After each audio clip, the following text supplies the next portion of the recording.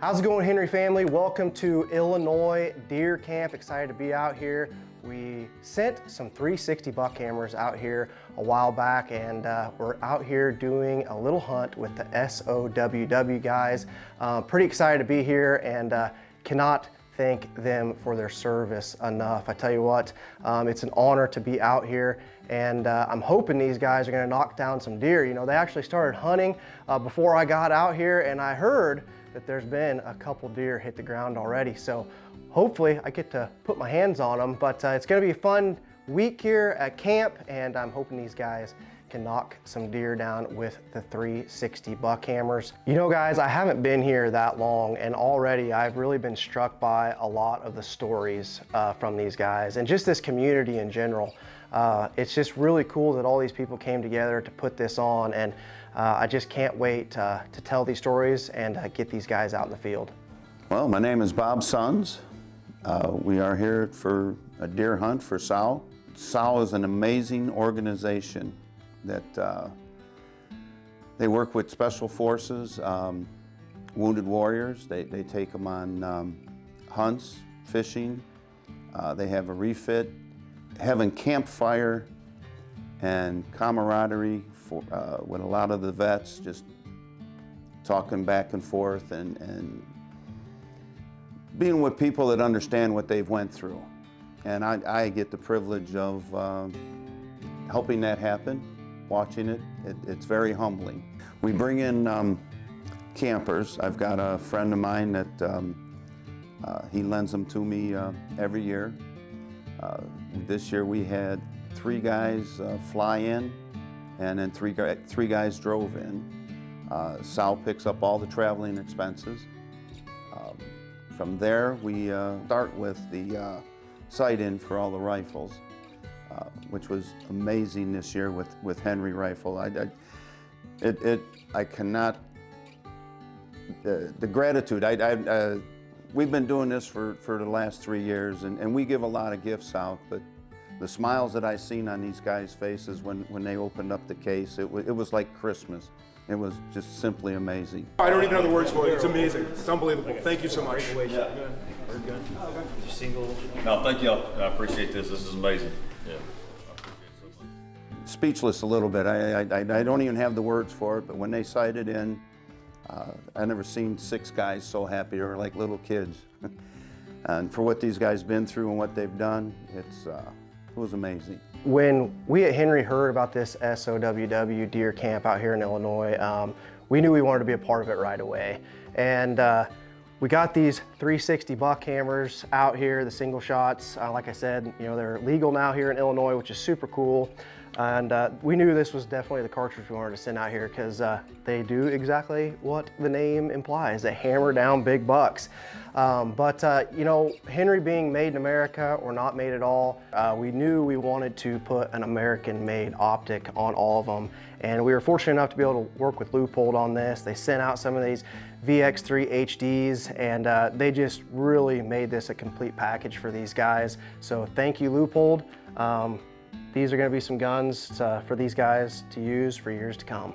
It was just a privilege to be able to sponsor this event out here and get these guns in these guys' hands and just honor them. I mean, they have put their life at risk for everyone in the greatest country in the world, in my opinion. And for us to be able to be out here and be with these guys and hopefully get a deer down for them with a Henry is just pretty darn awesome.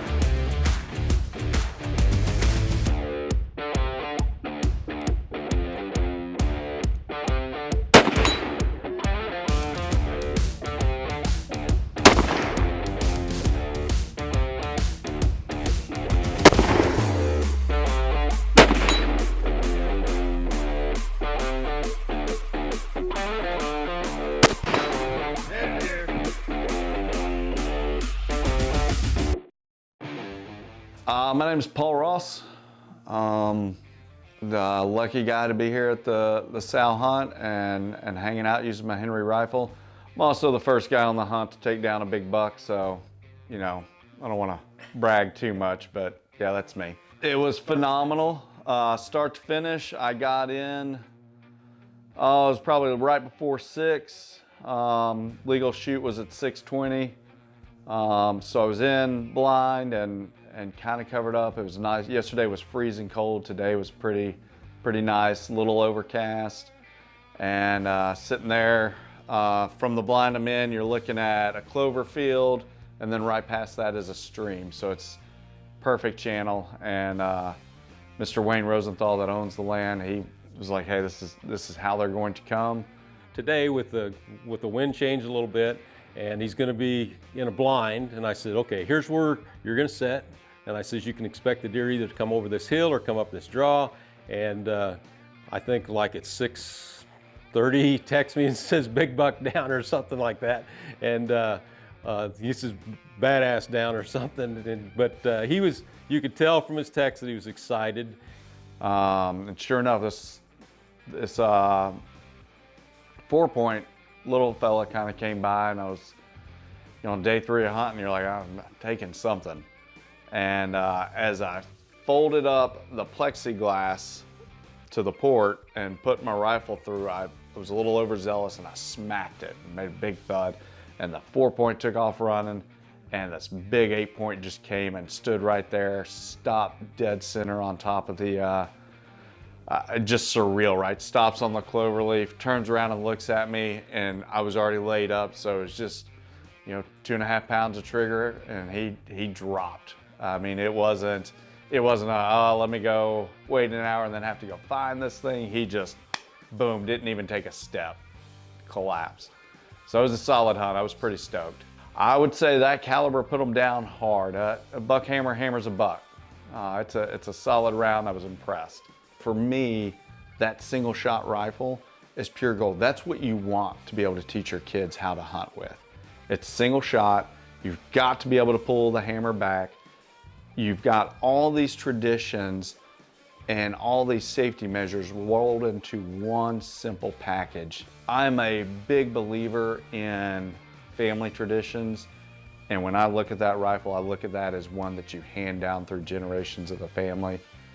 So I've got to make sure everybody knows that I was first, right? Put my name on there, and then as it goes down to the kids and the grandkids and the great-grandkids and the great-great-grandkids, everybody can put their name on there and see when you're walking through the fields, man, my great-grandfather hunted with this thing. And it was a tack driver then, and it's a tack driver now. You know, my days of being a cool guy are over, so I don't mind talking about it. I have been super fortunate throughout my entire career. I grew up just outside of Memphis, Tennessee. And that big city was entirely too small for me. So I joined the Army. Didn't have a whole lot of options. I wasn't a great student, and I wasn't really good at following the rules. So I joined the Army, and I started out in a Ranger contract and went to Ranger Battalion for 3 years. That's where I met JR and some of the guys that JR works with.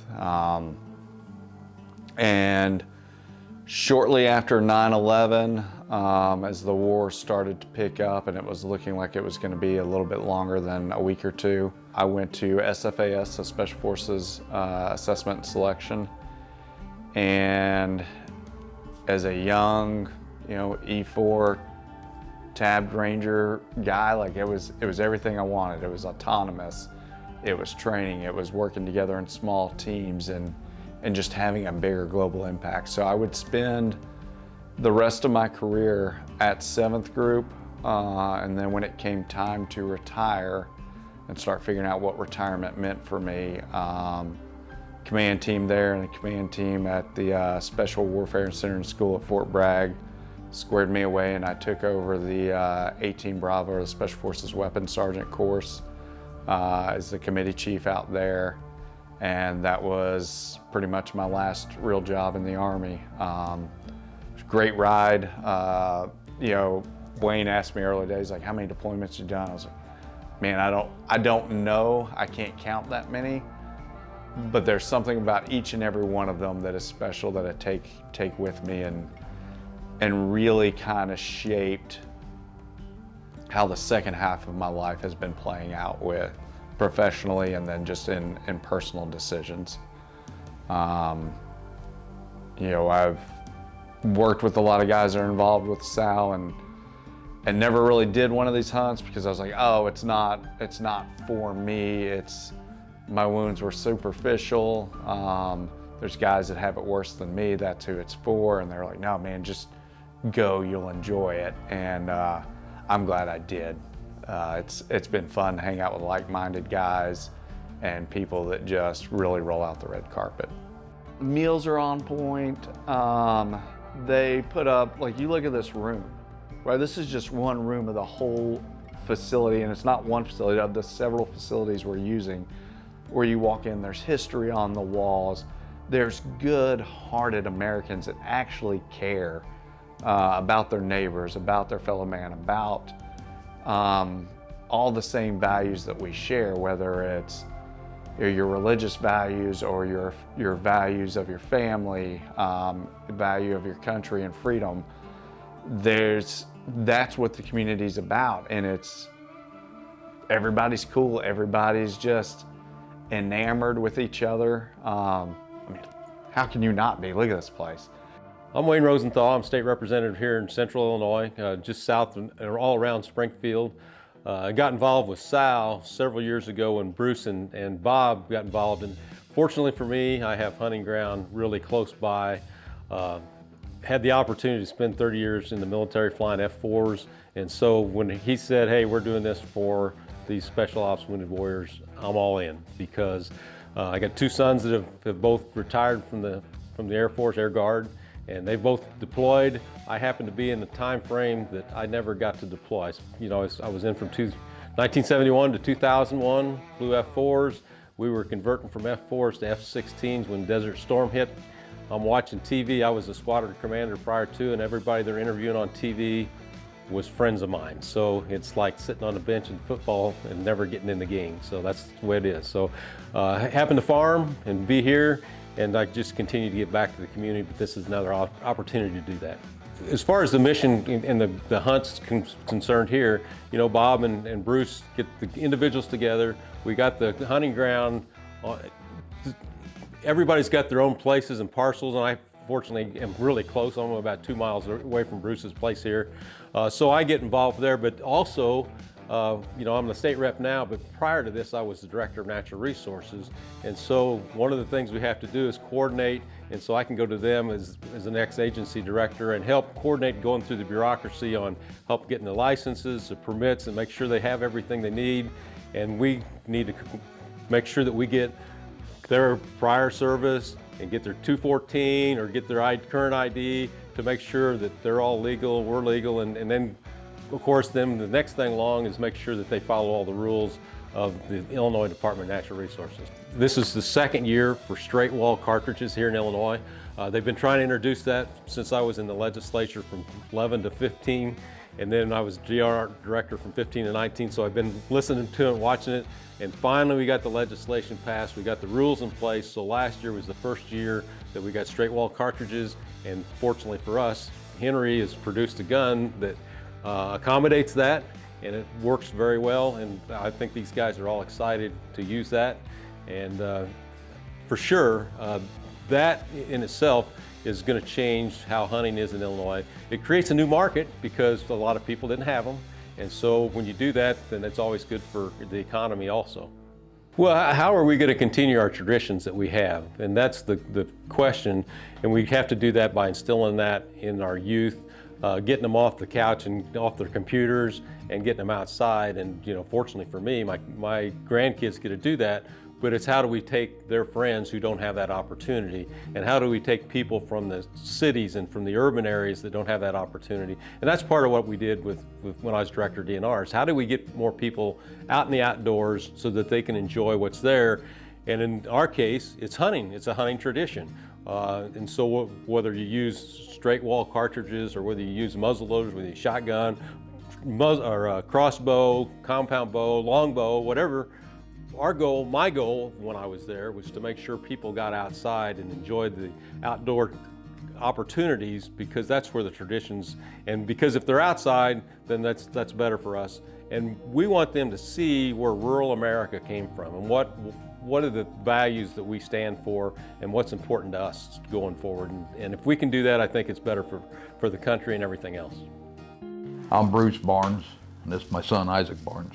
I got involved with Sal because Bob and Brian showed up here, a couple guys from Sal. They had done a test run the year previous and had some vets on their property, and but they needed a place to host it at. So they come to me one evening down here, and I showed them the man cave, and they really liked it. So I said, yeah, I said, I'll get involved, but I said, I got one question to ask you for. I said, yes. And they said, what's that? And I said, does anybody make any money? I said, I don't want to get involved with an organization where a whole bunch of office people, CEOs making a whole bunch of money, and the money doesn't go towards the veterans. So he said, no. He said, nobody here makes any money. It's all volunteer. And he said they have a part-time secretary, and that's it. And I said, okay, that I can live with. So that's how I got involved. So, and then I asked my son to help. Yeah. Because my dad came to me and asked me, he was like, hey, what do you think about giving up all the hunting land to let veterans come and stay on the property and stay in the man cave and hunt during shotgun weekend? And I just looked at him and I said, I don't think there's more humbling or high honor that, you can be asked. So, we try to give all we can to these guys, and I think this is just the least we can do. I feel the veterans are the backbone of this country, and it's made it what it is. They're fighting for our freedom, they're fighting for everything, and I've apologized to all of them, that I don't think that anybody does enough for them. And JR told me one time that he said, we need more patriots like you. And I've never been called a patriot before, and I had never thought about it. And but it was very humbling when he told me that. And it's just nice to give back. Now, me personally, I don't think it's about the hunt.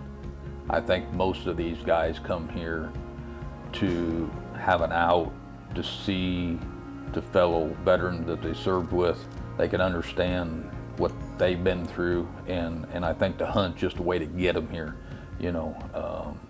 The fireside, they go out of an evening, they'll stand around the fire, and we call it fireside therapy. Campfire therapy. Or campfire therapy, thank you.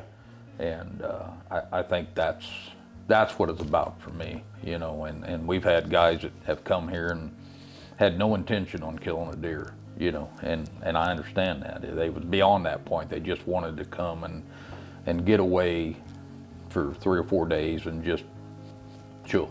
I want the veterans like Paul to come in with a big, huge smile on their face and just, he's ecstatic, and that's what we want. That's what we get out of it. It's about them, for them, and they all leave here, whether they harvest a deer or not, they don't, most of them don't care. It's about, the healing process, and that's what I get out of it. When they're happy and they're smiling and they're relaxing, that makes, it whole in here, so.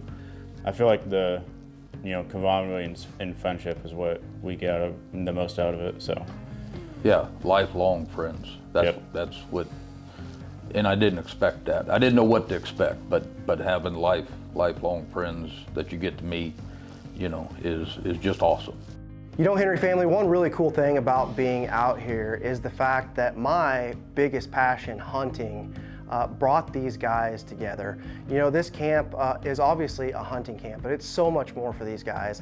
It's a place for these guys to come out and have a brotherhood together out here, to have camaraderie, to heal, and just get away from everyday life, get out in the woods, get out in God's creation, and enjoy themselves. And it's just really been cool to be out here and see these guys be involved in this. And man, I tell you what, I hope I can come back sometime. I've had a ton of fun, and I hope that they have too. We've taken some deer with the 360 buck hammers, and they did awesome. You know, guys, it's been a privilege to be a part of this once again, and if you would like to be a part of the SOWW program, head on over to SOWWcharity.com and check it out, and maybe you can get involved.